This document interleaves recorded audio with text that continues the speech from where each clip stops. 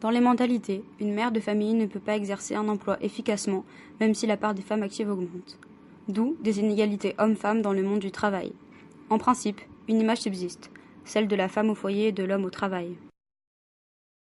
Cependant, on observe un changement des mentalités. La femme assume souvent un emploi et la gestion du foyer au quotidien, sans pour autant la partager avec son conjoint. L'idée d'un homme supérieur à la femme est donc involontairement transmise à travers les générations, ce qui a un impact important sur la situation des femmes dans l'emploi. Si l'homme est supérieur à la maison, il l'est forcément au travail, et quels que soient les efforts du sexe féminin. Ainsi, on observe de nombreuses inégalités hommes-femmes dans le monde de l'emploi, telles que les inégalités salariales. Les femmes gagnent en moyenne 12,8% de moins que les hommes. Cette situation défavorise réellement les femmes sur le marché du travail. Par conséquent, elles choisissent le plus souvent des emplois précaires en dépit de leur carrière professionnelle. Dès l'université, des inégalités de répartition en fonction du genre sont constatées dans certaines filières.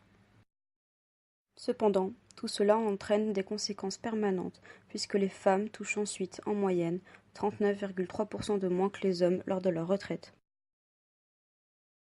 Leur situation s'améliore, puisque depuis 1975, les femmes sont de plus en plus employées, au détriment de certains hommes, et leur taux de chômage est même devenu plus bas que celui des hommes.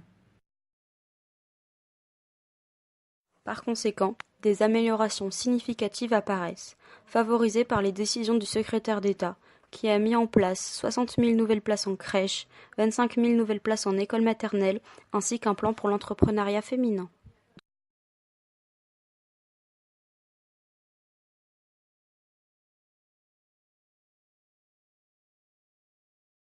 Par conséquent, les inégalités entre les hommes et les femmes dans le monde du travail sont en constante diminution.